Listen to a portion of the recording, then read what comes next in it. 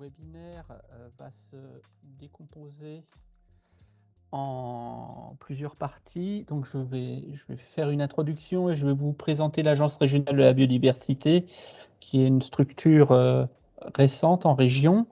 Ensuite, on a différents partenaires qui vont intervenir.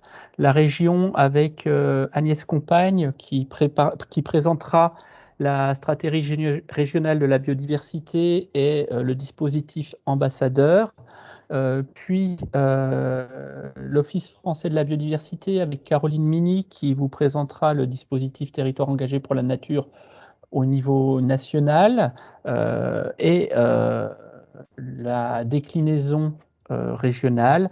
Ensuite, moi, Bruno Dorbani, pour l'Agence régionale de la biodiversité, je vous présenterai la reconnaissance, les liens qui existent, comment déposer un dossier, les aspects techniques autour de cette reconnaissance. Enfin, on a Aurore Clavel du CEREMA qui vous présentera l'accompagnement qui est offert par la structure CEREMA pour les dépôts de dossiers territoires engagés pour la nature. On aura une session de questions-réponses et une petite présentation du questionnaire en ligne qui vous permettra de le découvrir. Donc, quelques précisions, comme je l'ai dit en tout début, la session est enregistrée pour qu'il puisse y avoir un replay qui sera disponible à la fois sur le site de l'ARB et sur la plateforme YouTube. L'ensemble des questions dont doivent être posées dans le chat et en levant la main, les questions seront prises en mode question-réponse à la fin de la présentation et dans l'attente, on vous demande de couper vos micros pendant la partie présentation. On est maintenant presque 50 personnes dans le chat et pour éviter d'avoir des confusions, on prendra les questions avec les mains levées au fur et à mesure. Donc, ces quelques règles que vous connaissez bien maintenant, j'imagine, évoquées, on va pouvoir entamer. Alors, excusez-moi.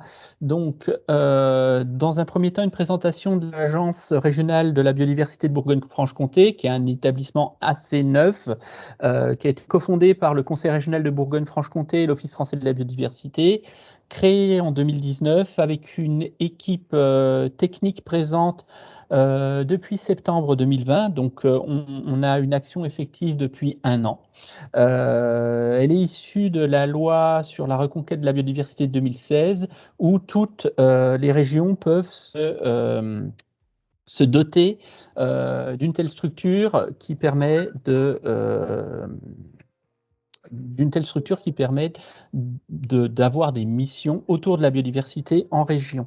Donc, c'est un dispositif qui est national, comme je le disais, qui est présent dans plusieurs régions. Toutes les régions ne sont pas encore dotées du dispositif, mais c'est en cours avec des périmètres d'action qui peuvent varier.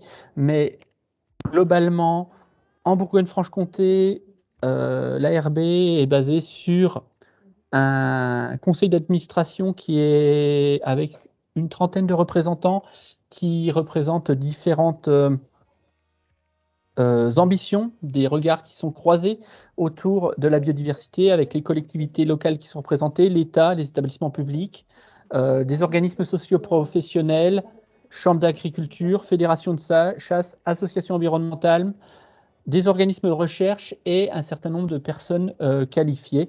Et on a une équipe salariée de 6 personnes actuellement. En janvier, l'équipe sera renforcée à hauteur de 10 personnes, notamment sur les volets autour de la connaissance en biodiversité. Donc, l'ARB, c'est une structure qui a pour vocation d'être partenariale, transversale et prospective pour créer des synergies pour permettre de renforcer les coopérations et d'agir collectivement face au déclin de la biodiversité. Et pour ce faire, on a 5 missions principales qui sont de mettre en réseau les acteurs. Le travail sur le réseau, c'est ce qui se fait aujourd'hui sur ambassadeur de la stratégie régionale de la biodiversité et territoire engagé pour la nature, organiser, mutualiser et valoriser les connaissances avec l'intégration au 1er janvier de l'Observatoire régional de la biodiversité et de la plateforme de géoservices Cigogne qui met à disposition les délocalisés de biodiversité qui vont intégrer donc l'ARB au 1er janvier. On a un axe de travail avec le monde économique et les entreprises, s'assurer de la cohérence des politiques publiques, donc accompagner l'État et la région dans la mise en œuvre des différentes politiques publiques et plus localement les collectivités locales dont vous êtes nombreux à faire partie aujourd'hui. Et enfin, entraîner l'adhésion de tous, notamment des collectivités entreprises comme ça a été déjà dit, mais également au niveau des citoyens directement avec un certain nombre de programmes qui leur permettent, qu'on pourra évoquer, qui leur permettent de mettre en œuvre la protection de la biodiversité. Donc voilà, ça c'est une présentation générale de l'agence qui est récente et donc ça vous permet de la connaître pour ceux qui ne la connaissent pas. Et pour le programme Territoire engagé pour la nature et stratégie régionale de la biodiversité, ambassadeur de cette stratégie, donc il y a la SRB et Agnès Compagne, qui est chef de service biodiversité à la direction de l'environnement de la région, va vous présenter le dispositif. Agnès, je te passe la parole pour la suite. Merci Bruno, bonjour à tous, est-ce qu'on m'entend bien? Oui. Oui, très bien. Ok, donc bonjour à tous, merci d'être si nombreux, hein. Ça démontre votre intérêt et l'intérêt pour le sujet de la préservation de la biodiversité et du patrimoine naturel, et c'est très bien, et j'espère que ça fera encore plus d'émules pour les prochains webinaires. Donc, je me présente, je suis Agnès Compagne, chef du service biodiversité à la direction de l'environnement de la région Bourgogne-Franche-Comté, et je vais vous présenter dans ces grandes lignes la stratégie régionale pour la biodiversité. Donc, sur la diapo suivante, pour commencer, je vais partager avec vous la précédente, du coup. Bruno, s'il te plaît, je vais partager avec vous quelques photos d'espèces emblématiques ou ordinaires de la région, telles que la cigogne noire en haut à droite, le piquet-pêche, et pour le papillon de jour, la petite tortue, qui sont pour certaines des espèces menacées, mais qui ne sont pas les seules, puisque pour mémoire, sur quelques 20 000 espèces recensées en Bourgogne-Franche-Comté, 1600 ont été évaluées comme menacées. Sur la diapo suivante, vous allez constater du coup que non, il doit me manquer une diapo, du coup Bruno, me semble-t-il, par rapport au diaporama. Mais c'est pas grave, voilà, on va rester sur cette diapo-là. Donc 47% des écosystèmes terrestres également ont été détériorés. Et heureusement, de nombreux acteurs institutionnels et associatifs, notamment, mettent en place des actions et déploient des moyens en faveur de la biodiversité à leur échelle d'intervention et en fonction de leurs compétences et en fonction des ressources également dont ils disposent. Donc sur la diapo suivante, Bruno, merci. À l'échelon régional, il y a eu plusieurs réformes successives qui ont été engagées au travers de plusieurs lois successives. Donc, la loi MAPTAM en 2014 de modernisation de l'action publique, la loi NOTRe, nouvelle organisation territoriale de 2015, et puis la loi de reconquête de la biodiversité en 2016, qui ont donc renforcé progressivement les compétences des régions et qui ont fait de la région un acteur essentiel dans l'articulation et la mise en cohérence des politiques publiques et des interventions à différentes échelles, notamment à l'échelle locale, et en lien avec les enjeux nationaux et internationaux de préservation de la biodiversité. Pour ce faire, les régions, elles disposent de plusieurs outils stratégiques opérationnels, comme par exemple la politique en faveur du classement des réserves naturelles régionales, des aires protégées à l'échelon régional, le SRADET, le schéma régional d'aménagement du territoire, ou encore les agences régionales de la biodiversité que vient de vous présenter Bruno Dorbani, entre autres, et donc ainsi que au niveau stratégique, la stratégie régionale pour la biodiversité, donc ce qu'on appelle la SRB. Donc cette ESRB, c'est un outil qui est issu du Grenelle de l'environnement de 2019 et qui est devenu obligatoire à partir de la loi de reconquête de la biodiversité, de la nature et des paysages d'août 2016, qui a réaffirmé ce rôle de chef de file qui avait été confié, dévolu par la loi MAPTAM en 2014 à la région pour la protection de la biodiversité. Et donc, c'est un des principaux outils stratégiques dédiés à la préservation de la biodiversité au niveau régional, qui constitue un cadre commun de référence qui vise d'une part à une mise en cohérence et en complémentarité des politiques sectorielles déployées sur le territoire régional, et puis d'autre part à mobiliser l'ensemble des acteurs du territoire dans le cadre d'une démarche participative.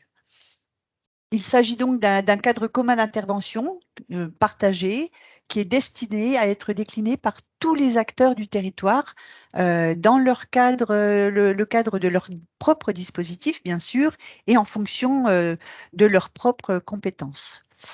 Sur la diapo suivante, merci Bruno. Concernant l'élaboration de la SRB, dès 2012, une stratégie régionale biodiversité avait déjà été élaborée à l'échelle du territoire bourguignon, avant donc la fusion des régions.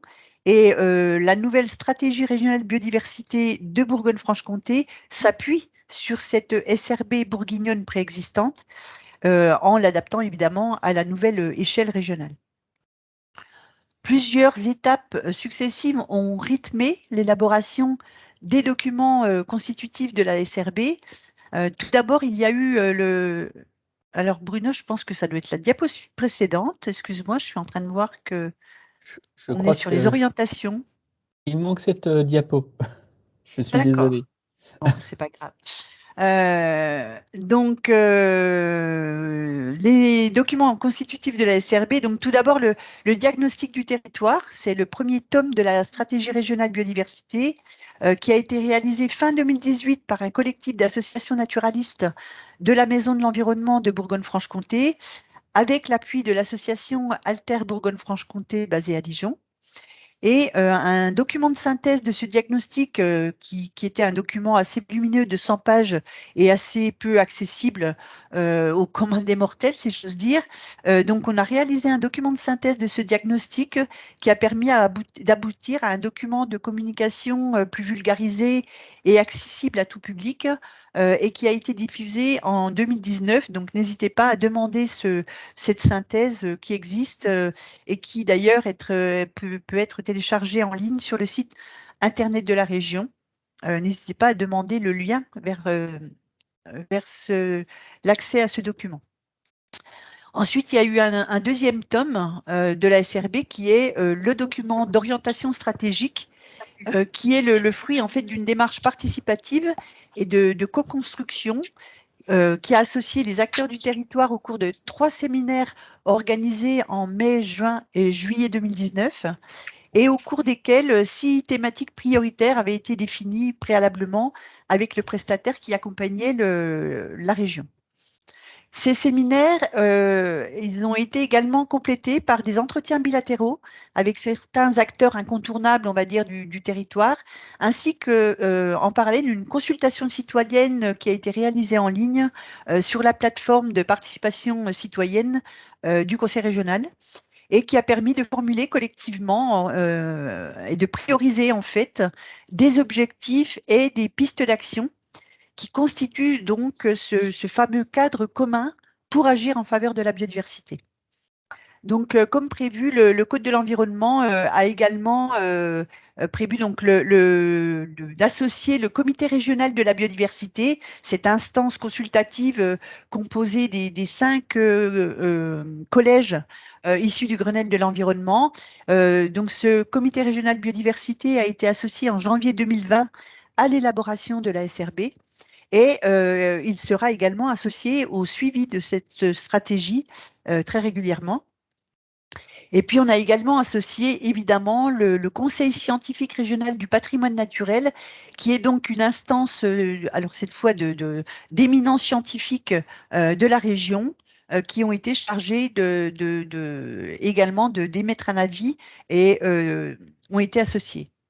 Ensuite, la SRB a donc enfin été adoptée, après ce travail de plus de 2 ans, de presque 3 ans, elle a été adoptée donc en assemblée plénière du Conseil régional le 9 octobre 2020, donc il y a quasiment un an, jour pour jour, à l'unanimité, ça c'est important de le signaler, des groupes politiques qui composent le Conseil régional de l'époque, puisque comme vous le savez, les élus ont été intégralement renouvelés lors des élections de juin dernier. Sur la diapo suivante, donc, du coup, on va rester sur cette diapo-là, Bruno, merci. La SRB constitue donc une feuille de route pour tous les acteurs du territoire dont vous faites partie et une feuille de route également pour les 10 prochaines années, puisque cette stratégie porte sur la période 2021-2030. Elle se décline, comme vous le voyez à l'écran, en 6 orientations stratégiques et 19 objectifs opérationnels que je ne vais pas détailler maintenant parce que ce serait beaucoup trop long, mais que vous prendrez le temps de regarder dans les documents qui pourront vous être transmis et qui sont également accessibles sur le site internet de la région. Et donc, ces orientations stratégiques et ces objectifs sont justement, comme je le disais, le fruit d'une démarche partenariale vraiment très importante et qui est en cohérence, et ça c'est également très important, avec les objectifs d'autres stratégies à plusieurs échelles territoriales. Donc, il y a notamment les objectifs à l'échelle internationale, ce qu'on appelle les objectifs d'Aichi, le plan biodiversité à l'échelle nationale élaboré par le gouvernement français, le STRADET que j'ai cité tout à l'heure à l'échelle régionale et donc la stratégie régionale biodiversité constitue également la contribution de la stratégie de la région Bourgogne-Franche-Comté à la 3e stratégie nationale pour la biodiversité donc de l'État français qui est actuellement en cours d'élaboration et en cours de concertation au travers de groupes de travail thématiques. Sur la diapo suivante, merci Bruno, la stratégie régionale biodiversité, donc elle a désormais vocation, et c'est la raison de ce webinaire, à être déclinée de manière plus opérationnelle cette fois par les différents acteurs du territoire et à toutes les échelles territoriales, et à travers donc ses propres dispositifs d'intervention en fonction évidemment des moyens dont disposent les acteurs du territoire et évidemment de leurs compétences propres. Plusieurs actions de promotion de la stratégie vont donc et sont donc mis en œuvre pour s'assurer de son appropriation par le plus grand nombre. Et ce webinaire, d'ailleurs, en est un exemple. Plusieurs niveaux d'implication également sont proposés pour ceux qui veulent s'engager dès à présent ou qui sont d'ailleurs déjà engagés, puisqu'on a déjà des acteurs déjà engagés dans la stratégie et qui commencent déjà à déposer des dossiers pour être reconnus au travers de cette stratégie. Donc, il y a plusieurs niveaux d'application, comme je le disais. Tout d'abord, l'adhésion à la stratégie biodiversité que vous pouvez tous formaliser par la signature de la charte, soit à titre personnel et ou à travers votre organisme ou votre collectivité. Et cette adhésion va traduire votre intérêt pour ces orientations et objectifs déclinés dans la stratégie biodiversité. Alors, pas à tous, hein, mais vous pouvez être peut-être plus orienté sur un objectif opérationnel de la stratégie qui va être en lien, évidemment, avec vos propres compétences ou vos propres sources d'intérêt, on va dire. Et en même temps que la signature de la charte, vous pouvez également faire part des actions phares dont vous êtes particulièrement fiers et que vous voulez mettre en œuvre, ou alors que vous avez déjà mis en œuvre et que vous souhaitez initier prochainement également en faveur du patrimoine naturel régional. Et donc Bruno vous présentera ultérieurement les modalités pratiques de cette adhésion à la stratégie régionale biodiversité, qui est donc le niveau d'implication pour valoriser les actions phares. Et puis enfin, les collectivités, associations et entreprises ont aussi la possibilité de s'impliquer un petit peu plus concrètement en rejoignant un dispositif national qui est donc décliné à l'échelle régionale, un dispositif national de reconnaissance qui s'appelle Engagé pour la nature et que Caroline Mini de l'Office français de la biodiversité va maintenant vous présenter. Merci de votre écoute.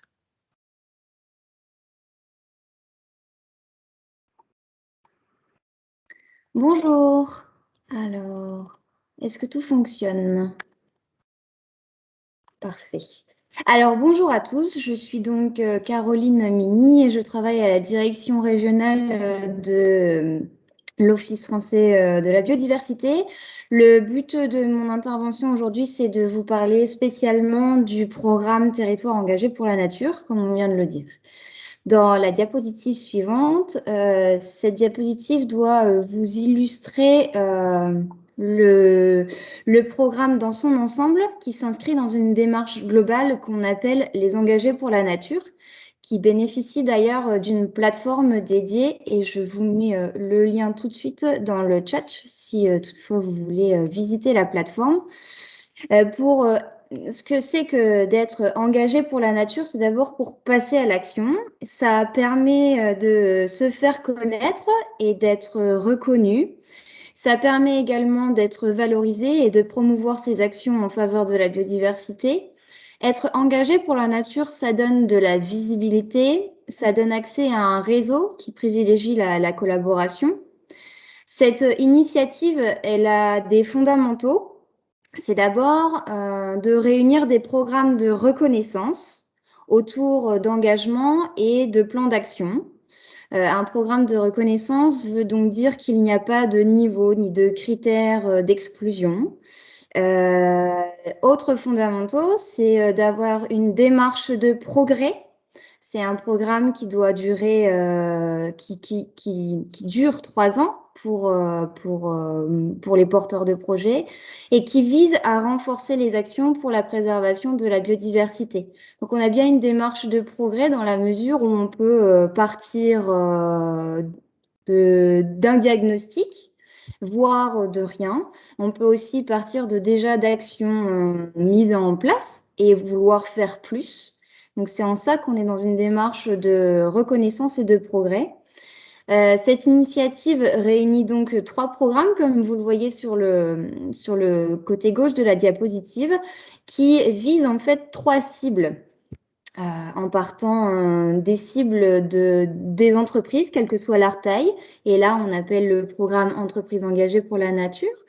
Ensuite, on a les cibles plutôt associations environnementales, culturelles et sportives qui sont réunies dans le programme Partenaires engagés pour la nature. Et enfin, le nôtre, celui d'aujourd'hui, les collectivités et les intercommunalités dans le programme Territoire engagé pour la nature. Dans la diapositive suivante, vous avez un rapide contexte national pour vous dire qu'en fait, ce programme Territoire engagé, il doit servir à la mise en œuvre de la stratégie nationale pour la biodiversité depuis qu'il a été inscrit au plan d'action biodiversité de 2018. Dans la diapositive suivante, on vous présente les objectifs communs. On vous présente les objectifs communs au programme Territoire engagé pour la nature. Le premier objectif, c'est de faire émerger des engagements. Pour devenir territoire engagé pour la nature, la collectivité va proposer un projet, elle va déposer un projet dans lequel on retrouve différentes actions qui doivent servir à la préservation de la biodiversité et ce, de manière pluriannuelle sur 3 ans. Donc on l'a dit, il n'y a pas de niveau attendu ni de critères d'exclusion. On est bien sur un programme de reconnaissance qui a par contre 4 critères fondamentaux communs, c'est-à-dire qu'il faut être impliquant, mesurable, impactant et être en lien avec l'action publique. Ça, ce sont 4 points que chaque territoire engagé pour la nature auxquels ils doivent répondre. Ensuite, autre objectif, c'est que finalement, chaque territoire engagé pour la nature, chaque commune, interco, pourra bénéficier d'une visibilité régionale ou internationale, donc le faire connaître. Récemment, il y a eu l'organisation du Congrès mondial pour la nature et il y a eu des temps dédiés aux collectivités qui sont territoires engagés pour la nature en région. Troisième objectif, c'est donc de pouvoir recevoir des accès privilégiés à des outils, être accompagné par des experts pour que l'objectif à terme, c'est d'avoir des moyens de mise en œuvre. S'agissant des moyens de mise en œuvre, Territoire engagé pour la nature n'apporte pas de budget dédié. L'idée étant que en revanche, il peut faciliter l'accès à des financements existants dans le cadre d'appels à projets notamment. Et enfin, dernier objectif commun, c'est de construire un réseau d'acteurs. Alors, dans la diapositive suivante, pour vous présenter le programme en région Bourgogne-Franche-Comté, ce programme est donc régionalisé et il a pour force en Bourgogne-Franche-Comté d'avoir une volonté forte que celui-ci soit adapté de manière souple et décliné de manière souple et adapté au territoire, pardon. Et pour ce faire, pour être garant de cette condition du territoire engagé pour la nature en Bourgogne-Franche-Comté, chaque projet déposé sont jugés par le collectif régional composé de l'OFB, région, Tréal, agence de l'eau et de l'ARB. Alors parce qu'on a voulu harmoniser le panel existant des actions publiques en faveur de la biodiversité, le territoire engagé pour la nature a été pensé comme un volet opérationnel de la SRB.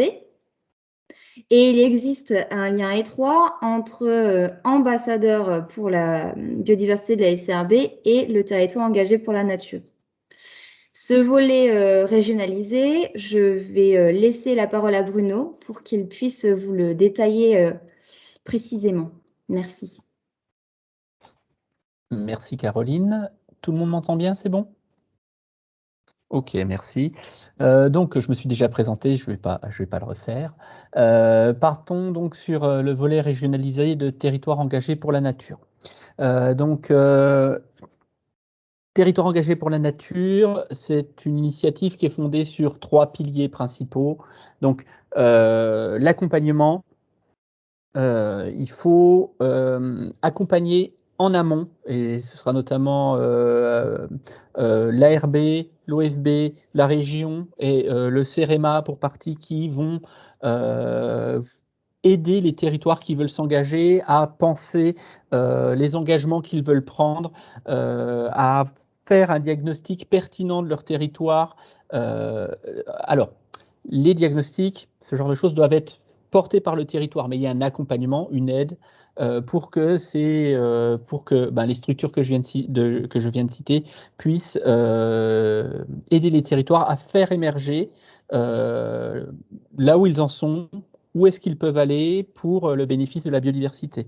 Il s'agit également, au-delà de l'accompagnement, d'être une reconnaissance des engagements volontaires dans une démarche de progrès. Donc, comme l'a précisé Caroline, il n'y a pas de niveau d'entrée. L'idée, c'est d'avoir une démarche de progrès pour le bénéfice de la biodiversité. On peut partir, être une collectivité qui n'a pas fait beaucoup de choses pour la biodiversité, mais qui a des envies, qui veut faire des choses et qui, dans les 3 ans qui viennent, souhaite augmenter sa contribution à l'amélioration de la biodiversité.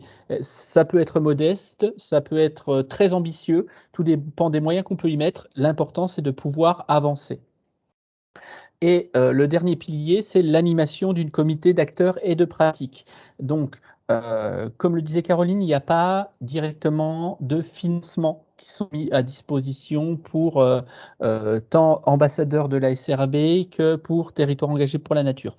Par contre, l'idée, c'est de pouvoir proposer des animations, du temps d'expertise, des retours d'expérience, tout un tas de mécanismes au travers d'un club des engagés, qu'il soit national ou régional, qui permettent aux structures de bénéficier de l'appui des unes des autres. L'idée, c'est d'avoir vraiment un mouvement positif et d'aider à l'animation, que ce soit au niveau régional, l'animation sera portée par l'ARB, qu'au niveau national où l'OFB est garante d'une animation nationale pour la thématique territoire engagé pour la nature.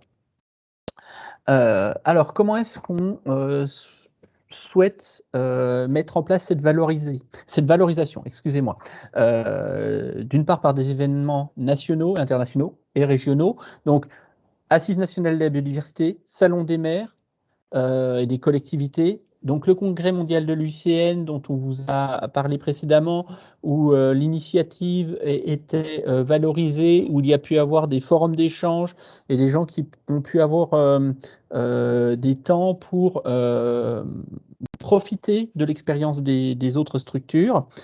Donc, ces temps-là, des temps de partage d'expérience sur des plateformes dédiées, avoir des témoignages, de la matière grise mise à disposition pour que vous puissiez mettre en place des actions qui soient pertinentes à l'échelle de votre territoire.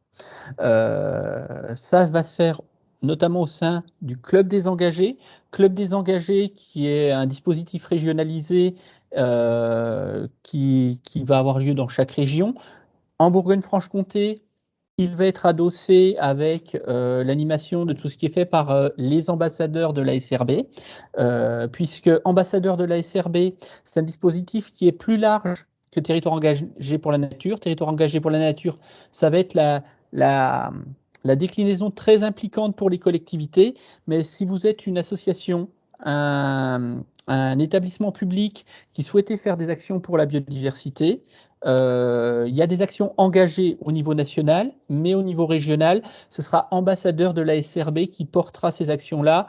Et globalement, il va y avoir des actions qui seront mises en place en commun pour les structures et les collectivités et les entreprises qui souhaitent s'engager et avancer dans leur prise en compte de la biodiversité sur leur territoire. Donc, tout ça vient avec l'animation en région. Donc l'idée de l'animation, c'est de faire de l'accompagnement, comme je l'ai déjà dit, de la formation également qui souhaite être mise en place sur ce sujet, retour d'expérience et pour la partie engagée pour la nature, faire un suivi du plan d'action qui sera mis en place pour voir un petit peu si cela fonctionne, s'il y a des difficultés, comment est-ce qu'on peut faire pour aller dans le bon sens. Donc, territoire engagé pour la nature, au niveau de la candidature, c'est une reconnaissance des ambitions, donc comment est-ce qu'on va progresser, qui s'appuie sur l'existant. Donc, le dossier de candidature s'appuiera sur 3 axes. Un axe aménagement du territoire, un axe prise en compte de la biodiversité locale, et un dernier axe sur l'implication des citoyens, de la collectivité au niveau de la biodiversité. Donc, dans le dossier de candidature, je vous présenterai tout à l'heure un exemple du dossier en ligne pour que vous ayez une idée de ce à quoi il ressemble, mais on demande aux candidats d'avoir au moins 3 fiches actions, chacune sur une de ces thématiques. Comment est-ce que je pense l'aménagement du territoire dans un futur à 1 an, 2 ans, 3 ans? Comment est-ce que j'intègre mieux la biodiversité locale? Comment je la connais mieux? Et comment j'implique le citoyen avec des actions de sciences participatives, par exemple, la mise en place d'atlas de biodiversité communaux, ce genre de choses, dans les 3 ans. Ambassadeur de la SRB, comme on le disait tout à l'heure, c'est une première marche. Et dans le cadre de l'inscription de candidature en fait à ambassadeur, il vous est demandé de porter au moins une action. Et il y a 3 actions thématiques pour les collectivités, pour territoires engagés pour la nature. Alors, 4 critères d'évaluation, c'est ce que précisait Caroline tout à l'heure: impliquant, cohérent et proportionné, mesurable, effectif et additionnel, cohérent avec les orientations des politiques publiques. Donc, je ne vais pas revenir dessus, ça c'est vraiment comment est-ce qu'on imagine les critères pour voir comment les différentes actions seront mises en œuvre. Pour vous donner quelques idées d'actions qui ont été mises en place sur territoire engagé pour la nature. Donc c'est un dispositif qui est tout neuf, ça on ne l'a pas encore précisé, mais la SRB, ambassadeur de la SRB et territoire engagé pour la nature sont des dispositifs qui ont été lancés depuis le mois de mai. Ouverture officielle des candidatures, mais bon, il y a eu les différentes élections, etc. Donc c'est un programme où globalement les premiers engagés sont en train de monter leur dossier. Il n'y a pas encore de lauréats de ces différentes reconnaissances. Mais donc, dans d'autres régions, c'est des dispositifs qui peuvent être en place depuis déjà au moins 3 ans. Les collectivités qui sont territoires engagés pour la nature, ils sont très enthousiastes et ils voient un bénéfice clair sur les aspects retour d'expérience et prise en compte de leurs différentes actions. Et valorisation. Donc on peut voir un petit peu quelques exemples. Grenoble a fait une déclinaison de sa trame verte et bleue dans les villes et les villages. Loire Forez Agglomération a mis en place des dispositifs de valorisation de la biomasse avec les plantes invasives, les espèces exotiques envahissantes, des équipes de gestion et de prospection pour les trames écologiques, des travaux de restauration de milieux, des embauches d'animateurs sur des contrats nature. On a également d'autres types d'actions qui ont été mises en place sur d'autres territoires, sur la préservation et la restauration de milieux, des milieux secs, des milieux humides, des restaurations de pierriers, de murs en pierre sèche, des mobilisations de l'agriculture en faveur de la ressource en eau et de la biodiversité, la gestion durable de la ressource en bois énergie, et bien sûr tout ce qui est mobilisation citoyenne autour de sciences participatives et de chantiers citoyens. Sur la manière de réfléchir ces différentes fiches actions, l'évaluation, elle se fera en regardant si le projet répond à l'acronyme SMART. Est-ce qu'on est bien sur quelque chose de spécifique? Est-ce que l'action est bien définie? Est-ce qu'on sait de quoi on parle? C'est pas quelque chose de vague et flou qui est difficilement tangible? Est-ce que c'est quelque chose de mesurable? C'est-à-dire, est-ce qu'on va pouvoir l'adosser à des indicateurs pour qu'on puisse s'assurer que l'objectif qu'on avait a pu être atteint? Il faut l'adosser à un certain nombre d'indicateurs. Est-ce que c'est atteignable? Est-ce que l'objectif que j'ai les moyens de le mettre en œuvre? Globalement, et comment? Est-ce que temporellement, ça tient la route? Est-ce qu'en termes de quantité d'équipes qui peuvent être mis sur ce projet, c'est faisable? Et ensuite, il y a la partie réalisable. On peut être atteignable, mais en même temps, il faut qu'on soit conscient des contraintes qu'on va faire face, soit en termes d'acceptabilité, les contraintes techniques, des contraintes foncières, financières, pour mener à bien ce projet. Et enfin, je l'ai déjà cité, mais l'aspect temporellement défini, est-ce que je sais que ce projet prendra 1 an, 2 ans, 10 ans, et est-ce que j'arrive à m'engager sur ces durées-là pour le mener à bien? Et donc voilà, ce sont les critères qu'on va être amené à prendre en compte pour évaluer les programmes d'action. Donc, au niveau de ces programmes d'action, il va falloir les construire. Et pour ce faire, donc ce que je vous ai dit tout à l'heure, l'ARB pourra vous aider, mais on a également une expertise de la part du CEREMA qui peut être apportée, et notamment Madame Clavel, qui est aujourd'hui présente, va pouvoir vous expliciter un petit peu ce qu'est le CEREMA, son fonctionnement et quelle aide peut être apportée dans le montage de vos dossiers. Je vous laisse la parole. Oui, Bonjour à tous, merci. Donc oui, je vais vous présenter tout d'abord ce qui est le CEREMA pour ceux qui ne connaîtraient pas cette structure et puis vous expliquer comment on peut vous accompagner dans cette démarche territoire engagé pour la nature. Donc le CEREMA voilà, qui sommes-nous au CEREMA? Donc c'est l'acronyme de Centre d'études et d'expertise sur les risques, l'environnement, la mobilité et l'aménagement. Donc nous sommes un établissement public sous double tutelle, à la fois le ministère de la Transition écologique, mais aussi le ministère de la Cohésion des territoires et des relations avec les collectivités territoriales. Et donc on a à la fois un centre de ressources et un établissement de recherche. Donc, quelques chiffres clés sur la diapositive suivante. Donc, nous sommes 2600 agents à votre service avec un budget de 240 millions d'euros avec 40 millions de ressources propres. On est répartis sur 23 sites à la fois en France métropolitaine mais aussi dans les territoires ultramarins. On a 9 équipes de recherche qui participent notamment à 40 projets européens qui sont en cours. Et dans notre centre de ressources, vous allez pouvoir retrouver plus de 2600 publications et documents de référence qui vont pouvoir vous aider. Donc moi, je suis plus particulièrement à la direction Centre-Est. Donc on a 4 sites et donc votre antenne en Bourgogne-Franche-Comté, c'est plutôt le site d'Autun qui sera votre porte d'entrée. Et donc notre territoire d'action, c'est les 20 départements de la région à la fois Auvergne-Rhône-Alpes et Bourgogne-Franche-Comté.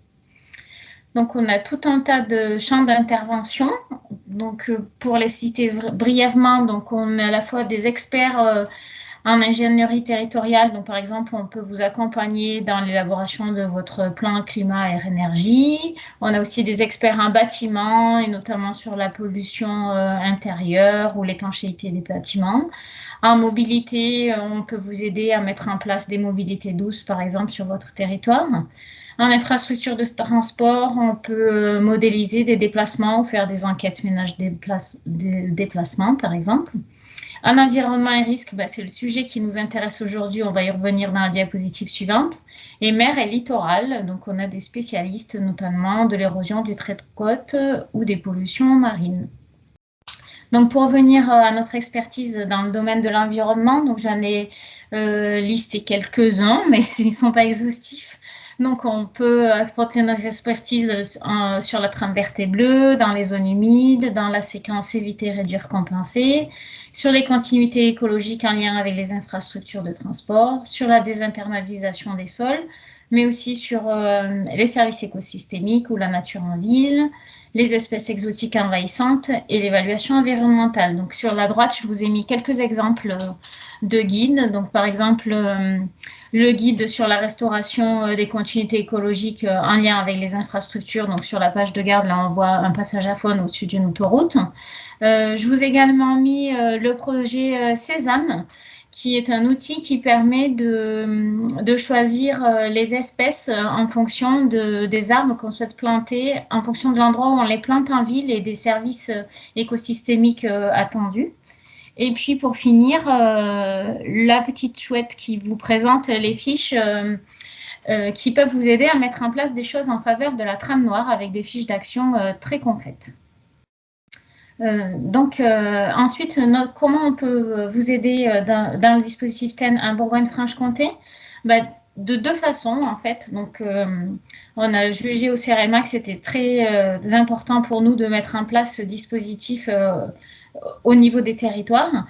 Donc, on va pouvoir vous accompagner dans la rédaction du dossier de candidature. Donc, c'est vraiment un accompagnement et pas faire à votre place, mais pouvoir vous guider dans les étapes pour arriver jusqu'au dossier de candidature. Puis ensuite, comme le dispositif est très nouveau, dans un deuxième temps, quand des lauréats ont été reconnus, on pourra vous accompagner dans la mise en place concrète de vos fiches actions. Voilà, donc pour toute question, il y a mes coordonnées mail, n'hésitez pas à me contacter si vous avez des questions suite à ce webinaire. Merci Aurore. Pour la suite, je vais faire une rapide démonstration du formulaire. Au-delà de la démonstration, c'est plutôt une présentation de ce formulaire. Donc, je passe les choses de l'autre côté. Est-ce que vous avez vu le changement d'écran sur la page internet? C'est bon? Très bien. Oui, c'est bon. Donc, merci. Donc pour la présentation des formulaires, il s'agit d'une connexion avec l'application démarchesimplifiée.fr qui est portée par le gouvernement, que maintenant les gens commencent à connaître. Donc je ne vous ai pas fait la démonstration de comment est-ce qu'on se connecte à ce service. Excusez-moi. Petite seconde. Je vais fermer ça. Voilà, Pour excusez-moi. ceux qui le souhaitent, le lien est disponible dans le chat. Voilà. Donc, plusieurs démarches ont été mises en place et vous pouvez les retrouver sur le site de l'ARB, sur les pages ambassadeur de l'ASRB et territoire engagé pour la nature, pour vos inscriptions. Une fois que vous êtes connecté, donc il y a 2 pages de connexion pour ambassadeur de l'ASRB, puisqu'il y a une page organismes pour les collectivités, entreprises, établissements publics, associations, etc. Il y a une page citoyen pour tout à chacun, les gens qui veulent soutenir la SRB et la mise en place d'actions en faveur de la biodiversité. Donc là, je vous présente la page d'adhésion pour les organismes et je vous montre la page d'adhésion pour TEN juste après. Sans aller dans les détails, donc on vous demande quel est votre organisme, quelles sont les fonctions du responsable. Ensuite, il y a un engagement que je vous laisserai parcourir pour le découvrir. Lorsque il s'agit d'une structure, d'un organisme, on souhaite avoir une délibération de la structure, pour une collectivité de la structure, pour une association de son CA, voilà, pour s'assurer de l'adhésion aux valeurs. Et ensuite, il y a un plan d'action qui se limite en fait à une fiche action simple où on demande simplement le titre de l'action, comment est-ce que je le mets en place dans ma structure, est-ce que autour de cette action, quel est l'état des lieux, quels sont les enjeux en matière de biodiversité et comment est-ce que je peux faire des choses par rapport à ce sujet particulier. Donc, il n'y a pas de petites actions par rapport à ce sujet-là, il n'y a pas de choses. Ce qui est important quand même, c'est de respecter le dispositif SMART, s'assurer que c'est bien spécifique, que c'est mesurable, que c'est atteignable, que c'est réaliste et que c'est bien défini temporellement. Donc, en gros, que c'est une action que vous pouvez mener à bien. Quels sont les collaborateurs qui sont impliqués, les partenaires, les moyens humains et financiers qui peuvent être mobilisés et comment est-ce que je l'évalue? Donc les indicateurs que je mets en place pour suivre cette action particulière. Un calendrier, donc ce que je vous disais, les objectifs SMART avec la fiche action qui est adossée. Et on peut rajouter plusieurs fiches action où il y a un bouton. Si au moment de la candidature SRB, ambassadeur de la SRB, vous voulez mettre plusieurs actions, c'est tout à fait possible, puisqu'on peut rajouter des actions. Voilà pour l'inscription à ambassadeur. Ici, il n'y a pas de questions évaluatives sur où est-ce que vous en êtes dans votre bilan, ce qui est le cas par contre dans le dispositif TEN. Le questionnaire est beaucoup plus dense et permet d'accompagner un bilan diagnostique de où en est le territoire et où est-ce qu'il veut aller dans les 3 ans. Donc vous verrez, à côté de beaucoup de questions, il y a cette petite main là qui dit « ce sont des actions qui sont réalisées » ou ce petit calendrier qui dit « dans le cadre de la reconnaissance TEN, on aimerait faire cette action dans les 3 ans ». Donc c'est au choix. Petite main, on est déjà en train de le faire. Action à venir, le petit calendrier. Voilà, donc évidemment, initialement, une présentation de la collectivité. Quelle est-elle?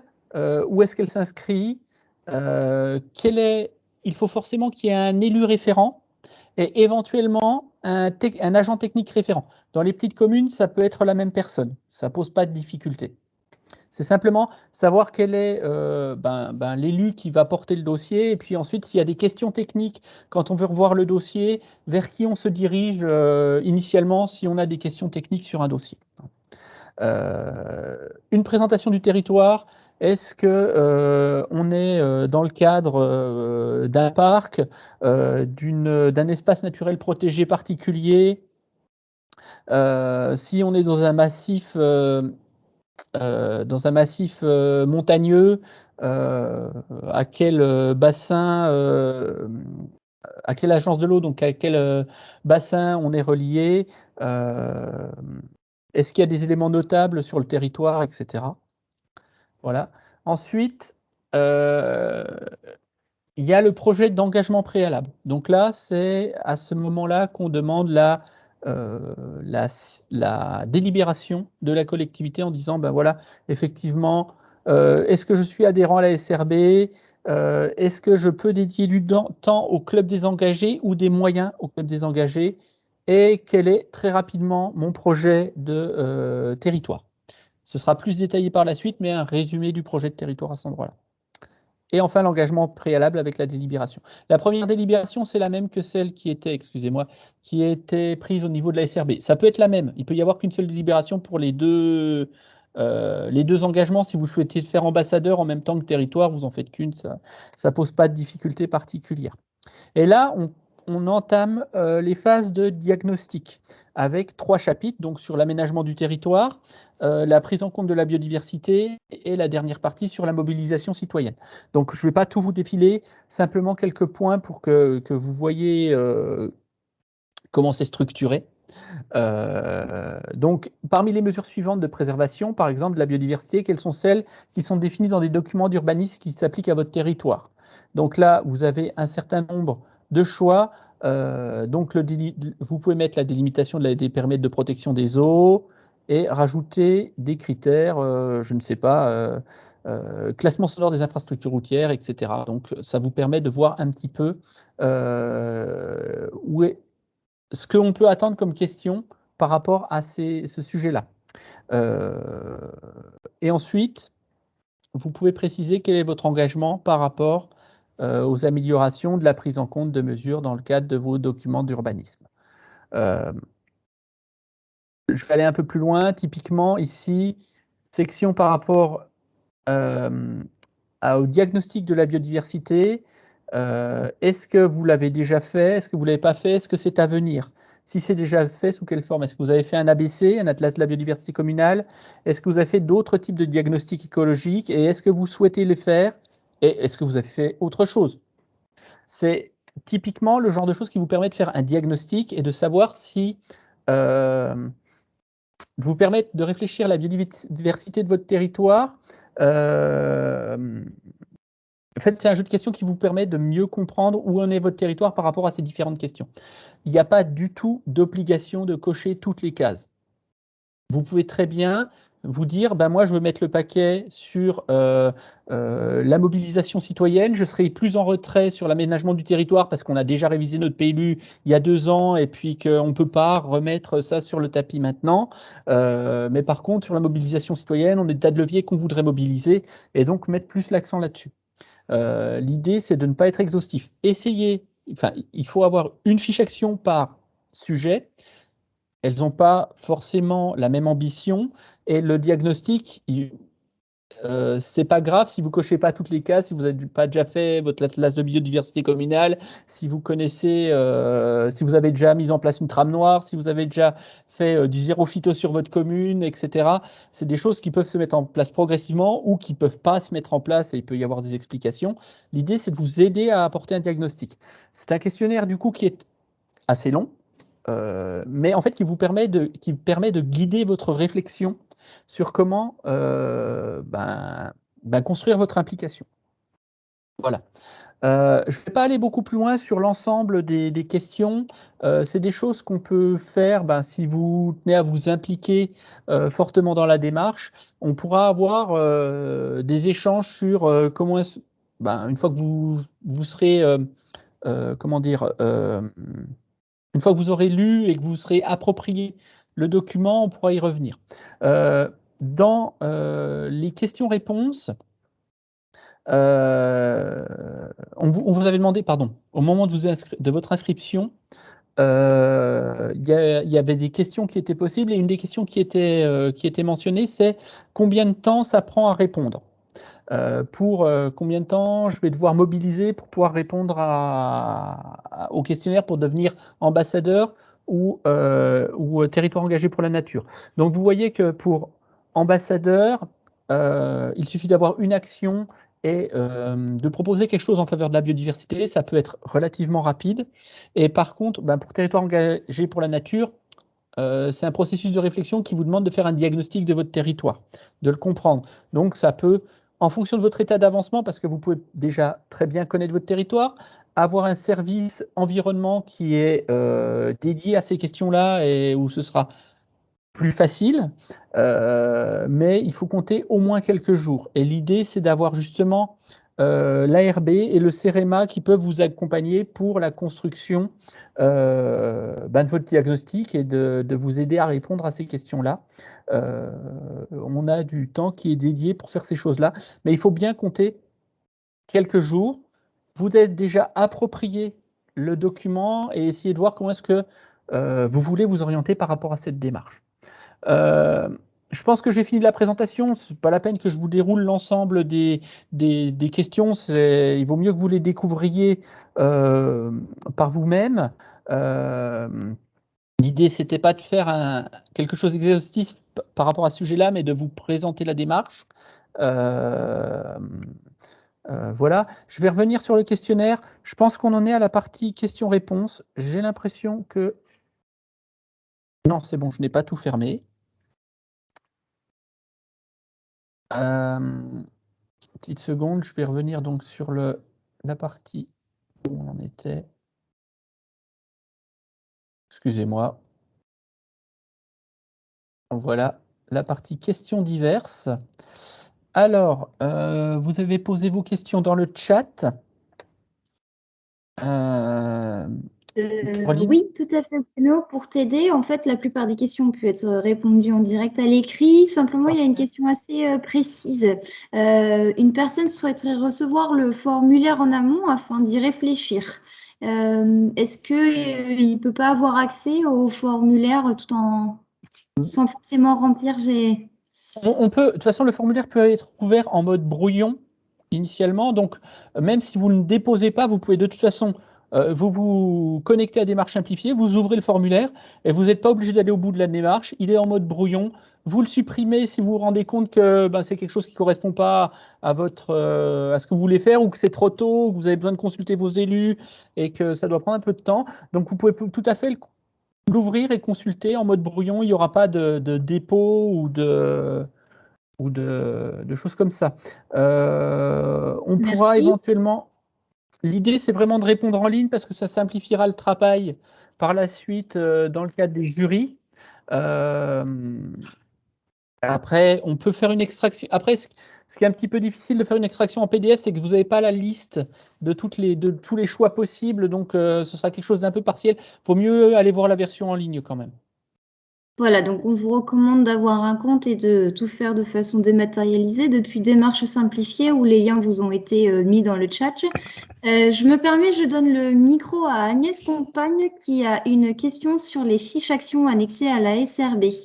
Merci Caroline. Oui, donc je vais répondre à la question de Monsieur Cardis concernant les fiches actions qui, effectivement, initialement, il était prévu d'annexer à la stratégie régionale biodiversité, non pas 25, mais 26, puisque une fiche action sur la connaissance de la biodiversité avait été rajoutée à la suite des consultations du comité régional biodiversité et du séminaire de restitution de la stratégie biodiversité qui s'était tenu en janvier 2020. Et donc, comme ces fiches actions avaient été à l'époque pas mal décriées parce que pas suffisamment abouties, il avait été décidé en comité de pilotage de la stratégie biodiversité de les différer, ces fiches actions, et de ne pas les intégrer à la stratégie biodiversité qui a été adoptée en octobre 2020 par l'Assemblée délibérante de la région. Mais maintenant, ce travail de fiche action, on ne va pas l'oublier. Et donc, du coup, on va reprendre, remettre le métier, enfin l'ouvrage sur le métier, pardon, pour travailler justement un petit peu plus dans le détail avec les acteurs concernés en fonction des différentes thématiques. Alors, il y avait sur ces 26 fiches actions toutes les thématiques traitées qui répondent aux objectifs de la stratégie biodiversité, hein. Il y en avait sur les continuités écologiques, sur la géodiversité, sur la gestion forestière durable, sur une agriculture résiliente, sur des espaces protégés, la biodiversité domestique, la nature en ville. Enfin, il y avait pas mal de sujets qui avaient été abordés et je pense que ces fiches actions seront très utiles aux acteurs du territoire, mais encore faut-il les aboutir, les finaliser pour qu'elles puissent être mises en œuvre. Donc, il y a un travail qui a été engagé par la chargée de mission stratégie biodiversité, mais qui nous a quittés en août dernier pour rejoindre le MNHN à Paris et qui sera remplacé le 2 novembre prochain. Donc, c'est Nadine Anderlin qui va remplacer qui va prendre ce poste en fait le 2 novembre, qui va pouvoir reprendre le travail d'élaboration, de construction, de finalisation de ces fiches actions qui seront ensuite concertées et mises en application et en œuvre. Ensuite, pour avoir une déclinaison véritablement opérationnelle de la stratégie. Mais en attendant, les territoires peuvent déjà s'engager avec les outils qu'on a mis à disposition déjà, l'accompagnement du CEREMA comme il vient d'être présenté, évidemment l'Agence régionale de la biodiversité et bien évidemment les services de la région. Je ne sais pas si, Monsieur Cardis, j'ai répondu à votre question.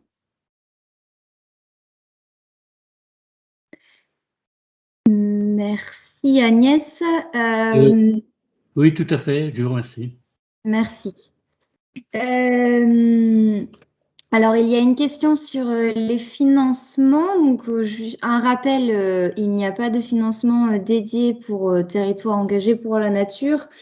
On est en fait sur une idée que le programme doit faciliter l'accès à des financements existants sur d'autres dispositifs appel à projets.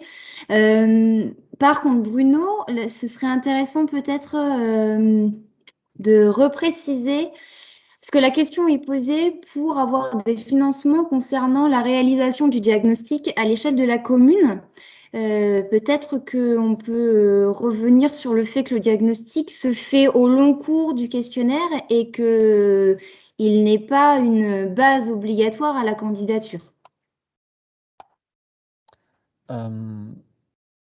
Tout à fait. Je suis pas très sûr d'avoir compris ta... Je crois que la personne qui sollicite un financement pour réaliser le diagnostic, peut-être que cette personne, Frédéric Dudoré, pardon, pense que le diagnostic est obligatoire à la candidature de TEN. Non, en effet. Le diagnostic, en fait, on parle de diagnostic, mais en fait, c'est juste répondre à la liste des questions. Il n'y a pas besoin foncièrement d'un accompagnement par un bureau d'études pour répondre à cette question. C'est vraiment c'est un bilan guidé d'où en est votre collectivité sur le sujet. Et normalement, vous avez les capacités en interne de répondre à ces questions. On n'est pas sur de la question technique très précise qui demande à un bureau d'études d'aller refaire du terrain ou que sais-je. On est vraiment sur des questions assez larges pour savoir où vous en êtes. L'idée, c'est pas du tout d'aller avoir besoin d'un bureau d'études pour aller faire un diagnostic environnemental avec une étude faune-flore. Ça peut être une des actions que vous voulez mener, mais ce n'est pas nécessaire au diagnostic.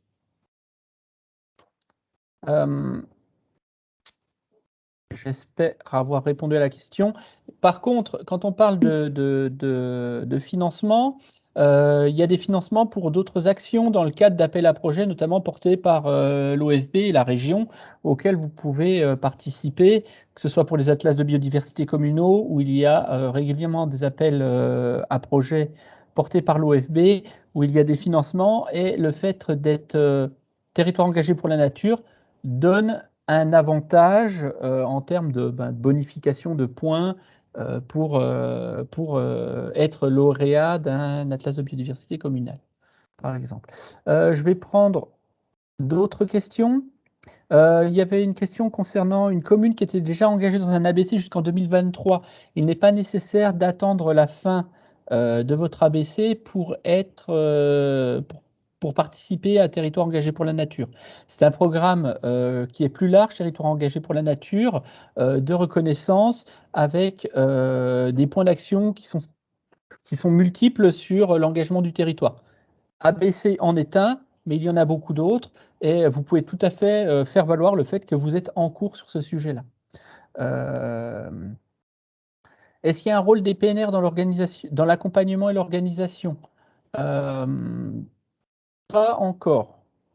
Dans certaines régions, les PNR sont impliqués. En Bourgogne-Franche-Comté, ce n'est pas encore le cas. Il faudra qu'on échange avec eux sur le sujet. Je me permets, il y a Agnès qui souhaite prendre la parole. Oui, vas-y Agnès. Oui, merci Caroline. Donc, pour répondre à deux questions. Concernant les financements, comme l'a déjà dit Caroline, ou Bruno, il y a pas de financement dédié qui accompagne Territoire engagé pour la nature spécifique.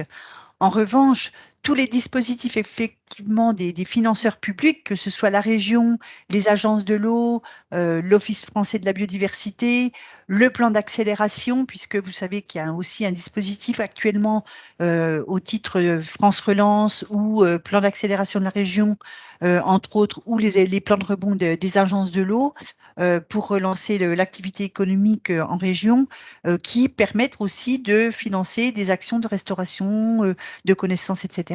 Donc, n'hésitez pas à aller les chercher. Et pour ce faire, on travaille actuellement avec l'Agence régionale de la biodiversité, donc les services de la région, à réunir sur une même plateforme l'ensemble des aides dont peuvent bénéficier les territoires pour la préservation de la biodiversité. Et donc, ça va être une porte d'entrée. Alors, c'est pas un guichet unique, mais en tout cas, ça va permettre de recenser en un même lieu toutes les aides avec les spécificités, c'est-à-dire les tiers, les types de bénéficiaires, la nature des travaux ou des projets qui seront engagés. Enfin, tout ça, ça va être mis en place rapidement, puisqu'on y travaille activement depuis quelques semaines et Bruno est une des chevilles ouvrières de ce travail. Et côté région, évidemment, comme je l'ai dit, la chargée de mission n'est pas encore arrivée, mais on travaille aussi avec d'autres services de la région sur ce travail-là. Et dès que ça pourrait être mis en ligne et communiqué, on le communiquera largement de façon à ce que vous puissiez trouver facilement les aides auxquelles vous pouvez prétendre et permettre l'émergence des projets rapides. Donc ça, c'est une première chose. Et puis, concernant les dispositifs de la région, donc comme je l'ai dit tout à l'heure, on a des nouveaux élus régionaux qui sont arrivés en juin, une stratégie de mandat va être définie. Et comme je l'ai dit aussi dans ma présentation, sur la stratégie biodiversité. Évidemment que la stratégie de mandat de nos élus et de la politique régionale va s'appuyer sur le cadre d'intervention commun partagé de la stratégie biodiversité ou du SRADET, puisque les deux sont étroitement liés, et permettre aussi une cohérence des politiques publiques en injectant dans les autres politiques sectorielles de la région les enjeux biodiversité de façon à ce qu'on puisse le plus possible atteindre ces objectifs fixés à 2030 pour la préservation de la biodiversité. Par rapport au PNR, c'est des acteurs privilégiés de la région. On travaille étroitement avec eux. Alors, vous savez maintenant qu'il y a depuis peu 4 parcs naturels régionaux en Bourgogne-Franche-Comté, puisque le PNR du Doux-Horloger a été créé dernièrement. On va travailler étroitement avec eux, notamment sur la rédaction et la finalisation des fiches actions. Et donc, les PNR sur leur territoire et dans le cadre de leurs compétences pourront évidemment décliner la stratégie biodiversité, mais également les dispositifs de reconnaissance de cette stratégie sur leur propre territoire auprès des collectivités de leur territoire. J'espère avoir répondu aux questions. Merci. Merci Agnès. Bruno, il y a une question, mais peut-être qu'on peut y répondre plus largement. Il y avait une question sur les possibilités d'avoir une synergie entre la production d'énergie renouvelable et le développement de la biodiversité. Donc, je pense que plutôt de développement, on peut parler de préservation, mais au-delà de cette question stricte énergie-biodiversité, on peut peut-être parler de ce besoin de synergie entre les thématiques. Oui. Globalement, les dispositifs ambassadeurs et ETEN, comme on l'a déjà dit, ce sont des ambassadeurs de la SRB et ETEN, c'est des dispositifs qui se veulent ensembliers et qui ne doivent pas être antinomiques avec d'autres actions. S'il y a des actions qui sont prévues dans le cadre du bénéfice pour le changement climatique, on sait très bien que le changement climatique est fortement lié aux baisses de la biodiversité, à l'érosion de la biodiversité. C'est la troisième cause la plus importante pour la baisse de la biodiversité, avec les espèces exotiques envahissantes, les changements d'usage des sols, etc. Et donc, avoir des questions sur les modifications d'énergie qui permettent d'aller dans le sens d'une sobriété énergétique et donc d'amélioration pour le climat vont dans le sens de la préservation de la biodiversité. Évidemment, si l'idée c'est d'émettre, je ne sais pas, un champ photovoltaïque sur une zone préservée pour la biodiversité, ça va être un peu plus discutable à l'échelle locale, je ne vous le cache pas. Mais en tout cas, il peut y avoir des actions qui sont synergiques sur ces sujets-là, sans difficulté. Et au contraire, il faut essayer d'avoir des politiques qui sont efficientes et qui répondent à plusieurs axes d'amélioration en parallèle. C'est tout à fait louable.